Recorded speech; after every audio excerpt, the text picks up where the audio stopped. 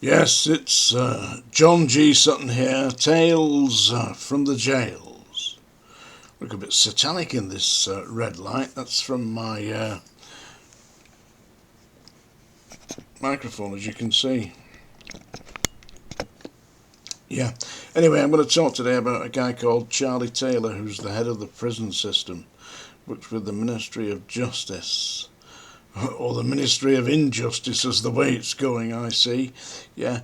Apparently, according to reports today, I think it's in the Daily Mirror, or the Daily Mail, it said that Mr. Taylor is reporting that his visitations to prison are indicating that they're severely understaffed and that the prisoners are no longer being able to take part in workshops, rehabilitation programs, can't even go to the library.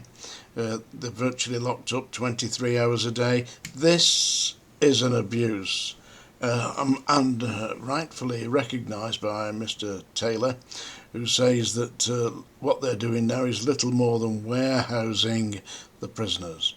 And there's currently 84,000 inmates in the prison, heading towards 100,000, and apparently, according to Charlie Taylor, that's the guy from the MOJ, the head of the prison system, they can't recruit staff. I wonder why they can't recruit staff. Well, let me look at it this way. You work in weekends, you're going to be working nights on an irregular basis, which will absolutely knacker up your constitution, believe me. You work in weekends, you work in nights, you work in bank holidays, you work in Christmas, you work in all hours that God sends. I've been receiving communications from people who have been recently working in the prison system to say they're averaging between 60 and 70 hours a week. Now, they will be getting paid overtime, of course, but that's not the point, is it? If you were being paid properly and you had some real representation, like a real trade union, then you wouldn't be working 60, 70 hours a week. You'd do like everybody else seems to do in society these days, 36 hours a week. Which is, you can do that, and you could actually live with that. But when you start doing 60, 70 hours a week, gradually this is eroding the individual's will to live. And listen, even if you're getting all the money, you're not getting a lot of money because you're on basic rate practically. But the problem that you've got is that if you're doing all that, you can't spend it. Somebody else will spend it for you, yeah? And these days, the cost of housing, the cost of living, the cost of generally maintaining your well-being will take up virtually all your wages. So you're actually working all that time, what are you doing? So people aren't doing it, basically. So if Charlie Taylor wants to know what the problem is in the prison system and why he can't retain staff, it's because they get in there, take one look at the antiquated system and decide that they're not going to work in that. They'd rather be a binman, yeah? Rather work on the bins. You get as much money. You don't have to work all weekends. You don't have to work Christmas. You don't have to work nights, yeah? You ever tried working nights in the prison? It's bloody freezing cold. And also, I'm sure that they're half haunted. Anyway, I'll be playing you a little extract from my book which discusses a haunting at Wormwood Scrubs when I was there in 1975. Yeah, so I'll put that little clip on at the end of this little rant about why the prison service cannot recruit staff and can't retain staff. I mean, when I started at Strangeways, there were officers there who had been in the prison system since just after the end of the Second World War. And they'd passed on all their expertise to the junior staff. But nowadays, you've got half of the staff have got less than 3 or 4 years in.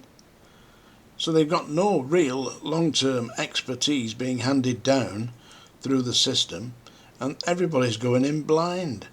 And 42% of all prison officers walking the landings are female now.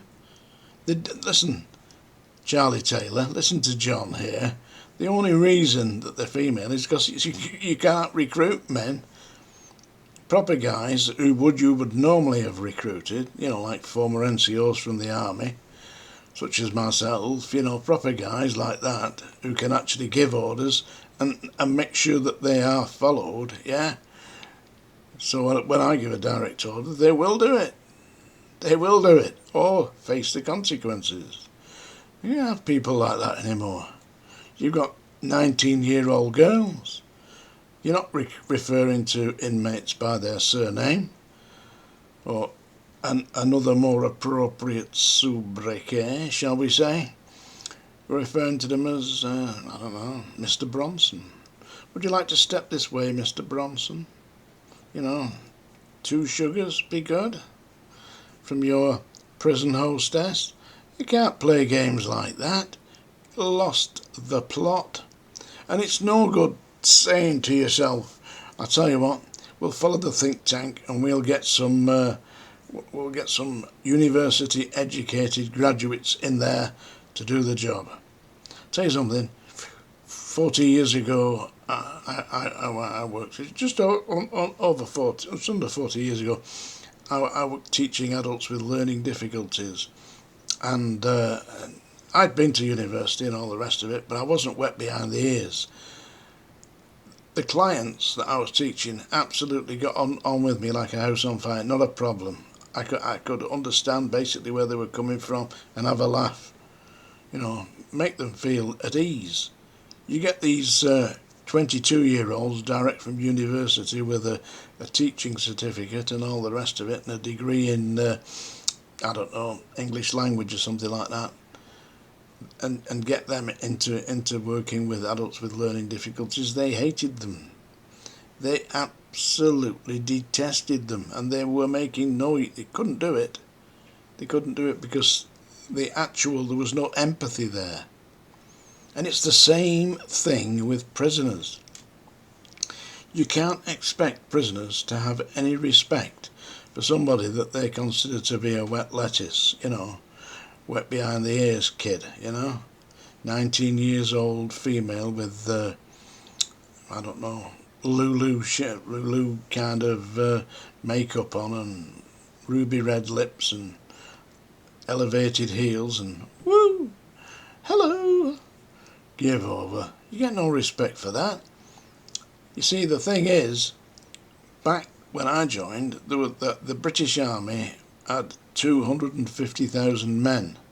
Nowadays it's got, 70,000, 80,000? So you can't really recruit from the army because there isn't enough. So where are you recruiting from? I think they're recruiting Charlie Taylor, you're recruiting from junior school. Yeah, that's your problem. Yeah. Anyway, and he's complaining. Look at the Daily Mail today. He's complaining that he can't recruit staff, can't maintain staff. You're paying them bobbins. The hours of working are ridiculous. There should be no overtime. You should get enough staff in there. And if you've got to pay them $40,000 a year to start, pay them $40,000 a year to start. For a kick-off, you wouldn't have your daughter working in there, would you, Charlie boy? I'm going to read you a poem before I play you some of my book. This is by Shakespeare. I'm particularly fond of Shakespeare. This is a sonnet that's very frequently read at weddings, and this is Sonnet 116. Let me not to the marriage of true minds admit impediments. Love is not love, which alters when it alteration finds, or bends with the remove to remove. Oh, no, it is an ever-fixed mark that looks on tempests, and it never shakes. It is the star to every wandering bark, whose worth's unknown, although his height be taken.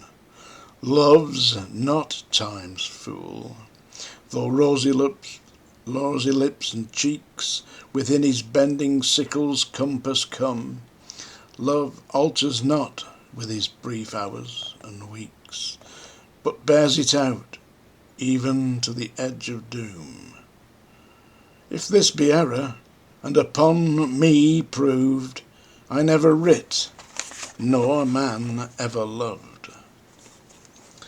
It means, that basically I'll just give you a little lecture about what that means. It means that it doesn't matter what happens in your life if you actually do love. It's forever. This is a section from my book about a haunting at HMP Wormwood Scrubs. It was as if I'd awakened a sixth sense.